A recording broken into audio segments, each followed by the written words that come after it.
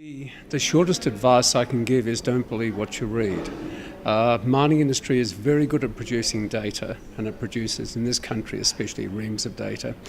By 1910, the gold mines were doing 100,000 dust level readings a year. Now, most of that data doesn't tell you what's happening. It gives you a picture which the mining companies were keen to portray. So I think the first thing is be agnostic about the data. The second thing is ask any experts who are available, especially independent experts. The other thing is go directly to the mining houses and ask them what their story is. So I think that they should be your first ports of call. In terms of the data, just don't believe what you're reading, because the history of mining in this country shows that the data has always depicted the mines as safe when there's now overwhelming evidence that they never have been safe.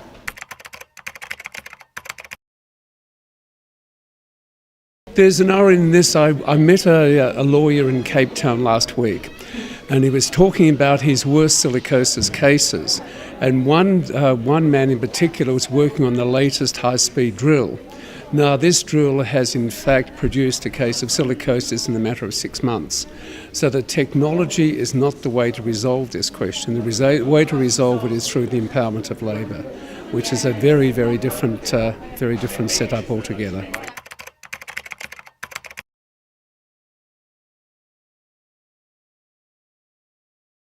It's still happening. The irony in South Africa is in the period 1916 to 1994, the mines were reputed to be safe according to the official data.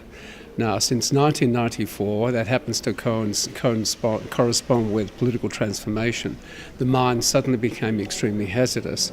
Now, that's a perfect example. If you have official data, you must then question that data.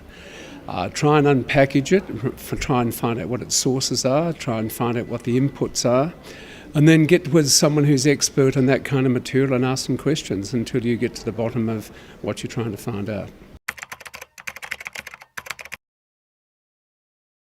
I was fortunate in finding a man who was 94 when I interviewed him. He'd been a senior medical officer here in Johannesburg from 1944 to 1954. He'd been a whistleblower, and that destroyed his career. He never again worked in South Africa. And I was able to sit down with Garrett and for 4 or 5 days at his home in the US and ask him a series of questions about mine medicine, how it operated, the kind of colleagues he had, the ethos of medicine at that time, what he thought was happening in terms of occupational disease, and what he told me was the exact opposite of the official story. So if there's someone who's old and has a good memory, they can be an ideal person to help you to unpackage a story.